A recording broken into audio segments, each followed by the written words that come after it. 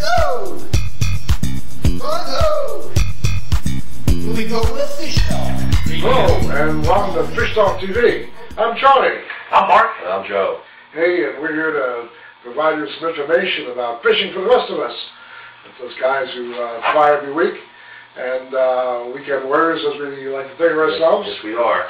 We do our best. Don't always do what the big boys do, but we have fun at it anyway. We do what the big boys do. We just don't catch what they catch. Oh yeah, details. They're just show-offs. That's all.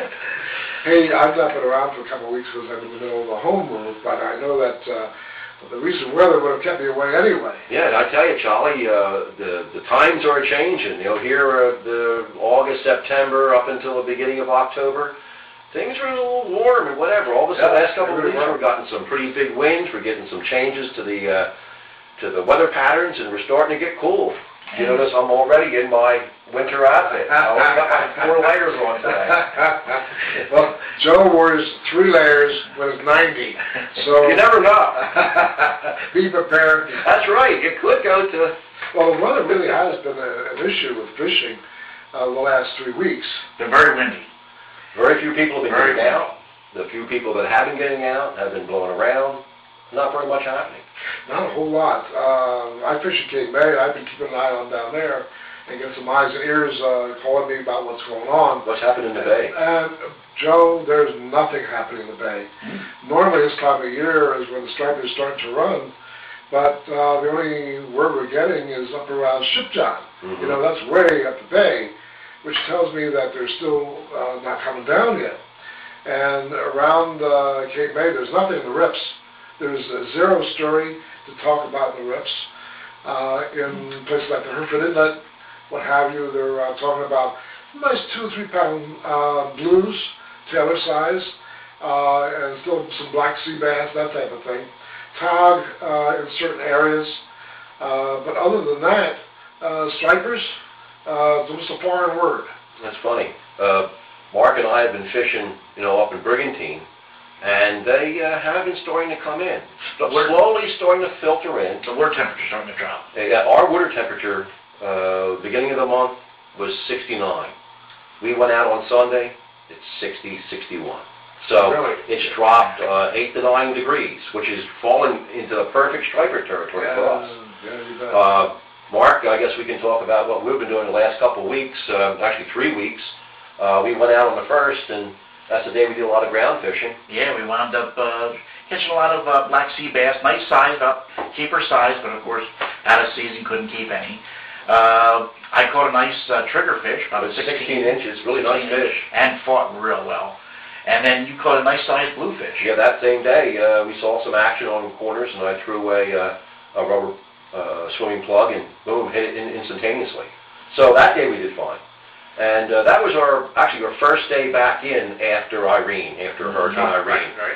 So we really weren't too concerned about keeping anything. We just wanted to feel something pulling us back. So we went out and we used 2 secret baits that are we can't tell you about because they're both plastic things. If we told you, we'd have to kill you. And we know there's 2 million of you out there looking at it. And nobody's getting it right already. But anyway, we're using plastic baits and imitation stuff, and so we just wanted to get something on the line. October 9th and last week, the 16th, we decided to start for striper. For real, yeah. For real. So on the 9th, we went out and we got clams as for chunking and for some chum, exactly. So I'm looking for that word. And then mullet sort of drift into the chum. And what we were getting were bluefish. Some nice size bluefish. In fact, Mark, you got a monster bluefish brought in. What kind of size, Mark? It was about 20 inch. Oh, nice. Normally this time of year we see little snappers on the edge, which we thought we saw, and all of a sudden that snapper was this big. We were talking about earlier that I'm down in Cape Bay.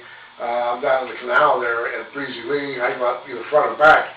Why don't we talk a little bit about where you guys actually fish? Well, we fish in the Brigantine Channel area. That's the northern part of the northern part of Brigantine, and all the small channels that derive from the channel, from the inlet all the way back into about Black's Point. Right, mostly Back Bay, although in the middle of summer we did go out to the buoys out of Great Egg Inlet. Or Little Egg. Or Little Egg Inlet. Yeah.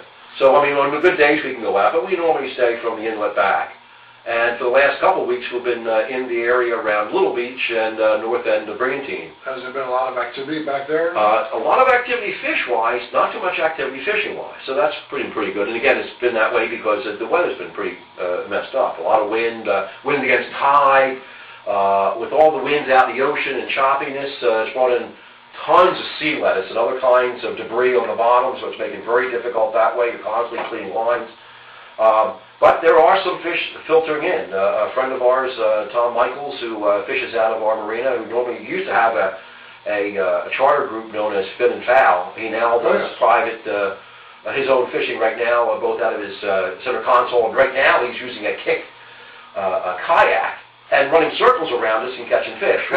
He caught 6 the other day, and he was saying that they look like sea-run fish moving in. They're brighter in color, and they didn't appear to be the resident fish that a lot of other people were catching on early morning and late nights, catching in the middle of the day. So that's what we did 2 weeks ago. This week we did the same thing, went out again with mullet, went in similar areas. There was so much material in terms of the way of debris, sea lettuce and other stuff. It was very difficult to fish. And then when you did get a bite, it was a bluefish. It was a bluefish. Chopping your mullet in half. Yeah, so we spent a lot of money feeding bluefish. And again, we didn't see any stripers caught. We saw a couple guys who came in from Great Bay, who came around the ocean side and came in.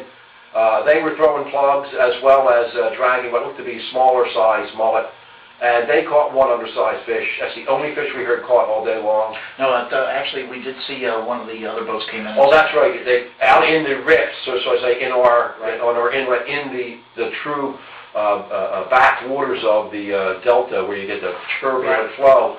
One of the locals there, who's got a big boat, you can anchor and get into that stuff and sit there and fight yourself. It's just like being in a prize ring out there. They got a 42-inch, or actually 42-pounder? 42-inch. 42-inch. That's nice fish. Nice fish, but again, they were pretty much the only fish for it. and they were fishing all day in the same spot in that back area. So they're there. They're trying to come in. Was there a lot of guys out there fishing? No. In our area, I'm going to say during the day we probably saw 3 boats around us. As we came in and went out looking for great distances on big boats. In fact, when we came in, and this is literal, we were the only fishermen in the water. Really? From what we can see from Great Bay all the way to Atlantic City, all the way back to Black's Point. Everybody had left. There were 2 things. One, there was lousy fishing, bad weather, or you guys are really hardcore. Well, we just can't hang on.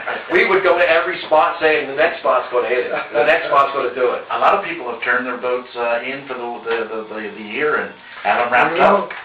We're talking about, here we are, towards the end of October, and for a lot of people, the season's been over for, a month. Yes, it has been.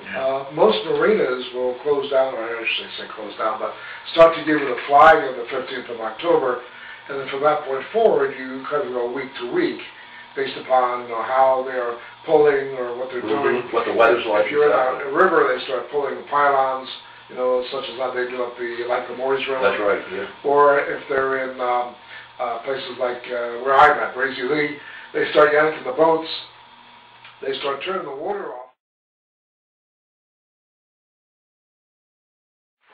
Where did you guys go? Actually, we had a little technical difficulty. The technician fell off his chair. That cameraman, he's fired. That's it, buddy. Out of here. When we were last speaking, we were talking about end of year and the fact that it's the end of the boating season, but not necessarily end of the fishing season. And the fact that we do different boating and fishing, 2 different things altogether. A lot of guys down here in Marina are already working on pulling. They're either pulled or they're already wrapped for the winter. We're one of very few boats that are still going out regularly fishing.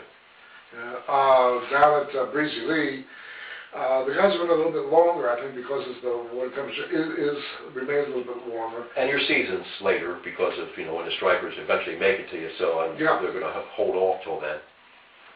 However, a lot of guys, you see them on the highway today pulling home and getting ready for the winter. Yeah. At our place, we can stay in there week to week and generally up until the first freeze. Then Harry turns the water off and up behind that electric. So all the hints will let you know to get your head out of here. Well, we're in until the 31st, and then we'll yank. So yeah, well, the water's still warm down in Cape May, and because of that, we're hoping to stay in as long as we can. We might stay in until mid-November, maybe even later November if we can. Yeah, we're into the low 60s right now in the Brigantine area. So we're in the mid-60s. We're just a few degrees higher than you are. You wouldn't think it was only 40 miles apart. Well, that's a world apart when it comes to water. Think about it, you have all the water coming out of the Delaware Bay, which is shallower and warmer. Yep. Yep. And all the the near ocean currents, etc. Us being to the north, we're just a slightly cooler. Well, you guys had some good luck fishing, and you took some photographs, right? Yes, we did. So let's go look at them. Where are we going to find them? Up there. See you in a minute.